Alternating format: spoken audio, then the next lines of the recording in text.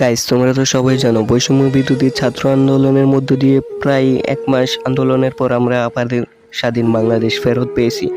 1971 সালে দেশ স্বাধীন হলেও আমরা পরাধীন ছিলাম ছাত্র হিসেবে। তো আমরা আবারও আমাদের দেশকে স্বাধীন করেছি। কিন্তু এ কেমন স্বাধীনতা? আমরা বৈষম্য বিরোধী আন্দোলন করেছি, কিন্তু সেই বৈষম্যটাই তো এখনো রয়ে গেল। জায়গায় জায়গায় মন্দির ভাঙা হচ্ছে, ঘর ভাঙা হচ্ছে, মানুষের বাড়িতে আগুন লাগিয়ে দেওয়া হচ্ছে, নেতাদের বাড়িতে আগুন, নেতাদের বাড়িতে ভাঙচুর। এসব কি ভাই? তাছাড়া রাষ্ট্রীয় সম্পদও তারা নষ্ট করতেছে, ভাঙচুর করতেছে। এইগুলা তো ঠিক না ভাই।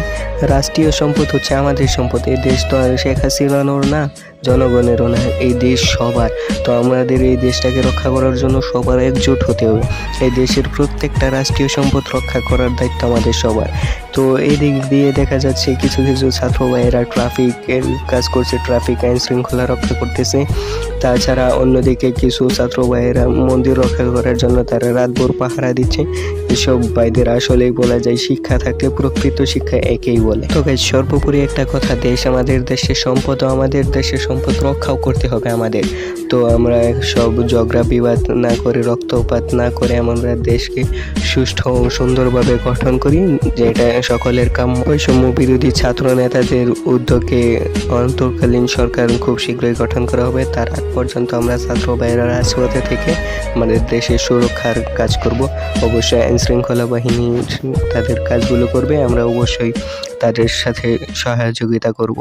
তাহলে আমাদের দেশটা অনেক উন্নতি হবে, দেশের ক্ষয়ক্ষতিগুলো পূরণ হবে। আমরা দেশের রাষ্ট্রীয় সম্পদ নষ্ট করব না, তাদের দেখাশোনা করব, খেয়াল রাখবো।